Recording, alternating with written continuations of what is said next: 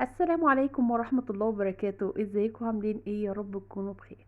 اللهم صل وسلم وبارك على سيدنا محمد عليه الصلاة والسلام. النهاردة بقى ان شاء الله وصفة سهلة جدا جدا للمبتدئين واللي مش بيعرفوا يزينوا كمان اساسا. النهاردة هنعمل مع بعض جاتو بورق الفاكيوم او بالفاكيوم، بسيط جدا، وبالكيكة العادية، وهنعملها كمان في الخلاط. هنبدأ كده بسم الله على بركة الله. معايا نص كوباية زبادي كبيرة اللي هي العبوة اللي ب5 دي، وباقي كوباية فانتا برتقان او سبرايت او برتقان من عندك فريش، اي حاجة زي ما تحبي، بس انا بحب الفانتا البرتقان لانها زي محسن كده. وهضيف كمان كوباية سكر كبيرة، وثلاث بيضات بدرجة حرارة الغرفة.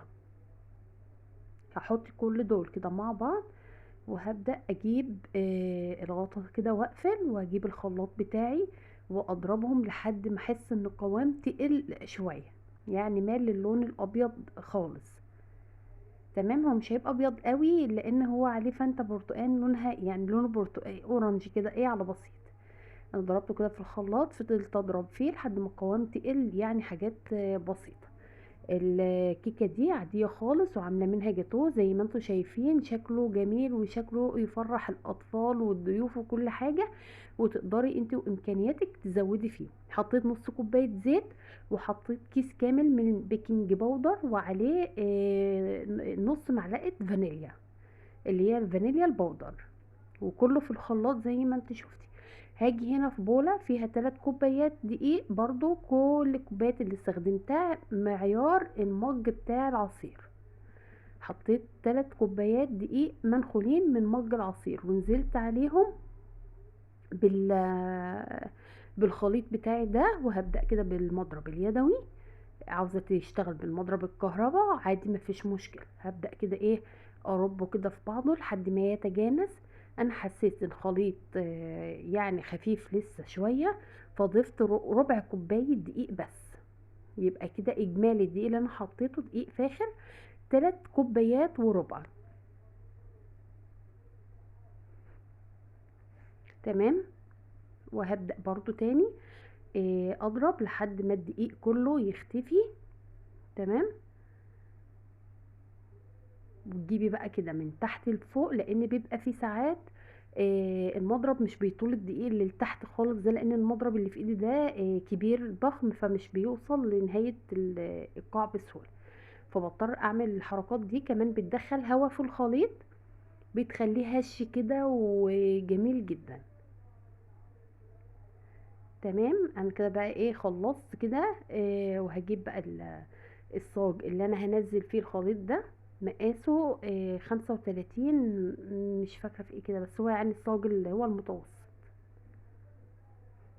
دهنته كده زيت، وهجيب بقى الخليط بتاعي ده، وانزل كده في الصاج. انا عاملاه صاج ليه؟ انا مش عايزاها منفوشه قوي علشان انا هقطع منها ده حلقان كده اللي انا هحطها في ورق الفاكيوم وازوق عليها.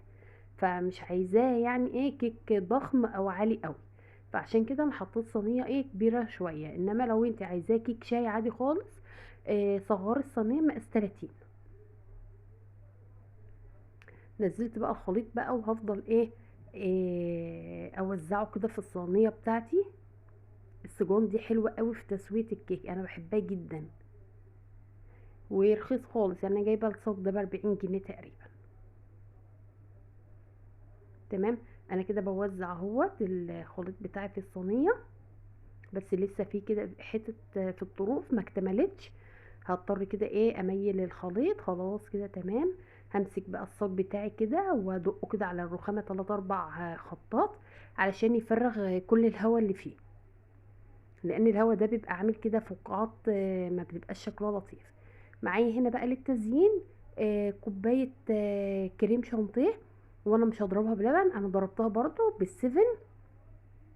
كوباية الكريمة الخام عليها كوبايتين عصير تقريبا، او كوبايتين لبن زي ما هتضربي. انا حطيت هنا الكوباية وحطيت عليها الفانتة بتاعتي، وفضلت اضرب، بس بصراحة كانت مخلية طعم الكريمة تحفة. خلاص تمام كده، هشيلها بقى في التلاجة لحد ما يجي ميعادها. كنا انا بقى ايه حضرت الكيكه كده وبردتها، لان مش هينفع نزين والكيك سخن خالص، الكريمه بتاعتنا هتسيح. وده الصاج اهو لما طلع من الفرن شكله جميل ولونه حلو قوي. هبدا كده ايه افصل كده من الجوانب. هو كده كده خلاص هو لازق في القاع، بس مش لازق قوي يعني، بس بسلك علشان لما اجي اقطع بالقطعه المدوره يطلع معايا القطعه ايه كويسه، ما تشبكش في الطرف. طرية جدا، طرية جدا جدا جدا، عاملة زي الكيك بتاع التراث، بس هو الفرق ان دي بيبقى لونها غامق شوية. ليه؟ لان هي معمولة بفانتا وبالزبادي وكلام من ده. كيك الاسفنجي ما بنحطش فيه الكلام ده خالص، فعشان كده بيبقى لونه ابيض. بس دي حلوة جميلة والله، انا لما عملت بيها عجبت الولاد وعجبتني جدا. هجيب بقى كده القطعة المدورة، تبقى حامية شوية، بس كانت الكيكه سخنه، المفروض ما كنتش انزل عليها وهي سخنه قوي كده، المفروض اسيبها تبرد يعني على الاقل 10 دقايق. بدات كده اقطع وزي ما انت شايفه اهو، عادي خالص، حتى لو جهه اعلى من التانية. بسيطه، هي كده كده الكريم شانتيه هيداري الكلام ده كله. بدات اقطع كده واخد في الطبق. لو انت مستعجله عليها حطها في التلاجة 10 دقايق هتبرد معاك. شايفين الارضيه بتاعته جميله ولا ملسوعه ولا اي حاجه، تسوية الصاج دي ممتازة. هبدأ اخد كده مش هقطع كله مدور، نص الصينية بس، وهشيله بقى في التلاجة لحد ما يسقع. دلوقتي جه بقى ايه ميعاده، شايفين كده شكله جميل جدا. هجيب بقى طبق مدور اللي انا هقدم فيه اصلا، وده الفاكيوم ده بيجي من عند بتاع مستلزمات الحلويات، والمتر تقريبا ب2 جنيه. هقيس كده على قد الكيكايه بتاعتي الدايره ديت خلاص. انا قست كده هتقفلي عليها لحد ما تحسي ان ايه الطرفين اتقابلوا مع بعض، وهنلزقهم كده بايه السولوبيت، سولوتيب. هقطع كده قطعه من السولوتيب دي والزقها كده في المطبخ لحد ما احاول اقفل كده على الكيكه. خلاص كده تمام، قفلت اهو باحكام، حتى لو انت حشتها ايه عمره ما يخرج منها. هجيب بقى اللزق بتاعي واقوم لازقه الطرف كده. تمام، ثبت خلاص على الكيك. تبداي بقى يا حبيبتي تزيني اللي انت عاوزاه. انا زينت على قد امكانياتي والمتاح عندي، ما عنديش الا كريمه بس، وما كانش فيه بقى اي حاجه موجوده تانية غيرها. لكن انت لو عندك بقى شوكولاته، عندك لوتس، عندك اي حاجه تحفه، هيبقى معاكي زي الفل. احشي بقى اللي انت عايزاه، شوكولاته، نوتيلا، بندق، كريمه، اي حاجه. انا حطيت كده بقى دي الطبقه الاولى كيك. تمام، وهجيب بقى الكريمه بتاعتي وابدا كده ايه انزل اهو. بالظبط كده كفايه كده. هنجيب بقى طبقه كمان من الكيك تانية.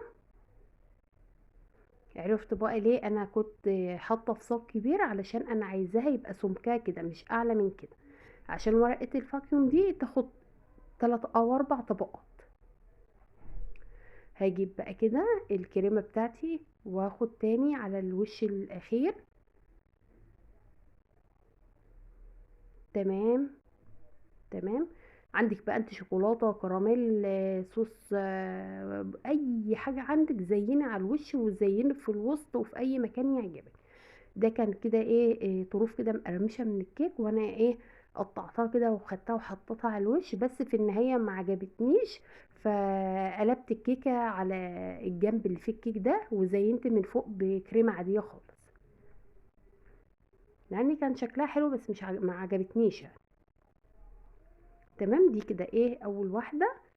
هنحطها كده بقى في التلاجة او نحطها جنبنا، ونجيب كمان واحدة علشان اوريكم برضو الفكرة. ادي تاني الفاكيوم قسطه على قد القاعدة بتاعت الكيك. تمام، وهنقوم بقى لازقين. لازم تكوني مقطعه بقى اللزق ده وحدتين كده والزقهم على الرخامة، علشان بيبقى رخم بقى لما بيلزق في الايد والكيك.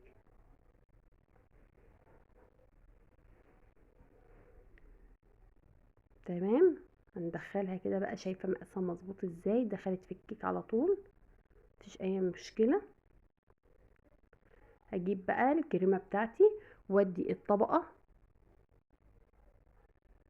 ويا سلام بقى لو انت عامله كيك كاكاو اللي هو كيك الشوكولاته، ده بيبقى جميل لما تعملي بقى لونين كده مع بعض، وتزيني بالكريمه الفانيليا، وتزيني كده بنوتيلا وحبه بندق. يا سلام، عندك بقى عيد ميلاد، خطوبه، وما بتتكلفش اي حاجه، حاجات هبله خالص يعني.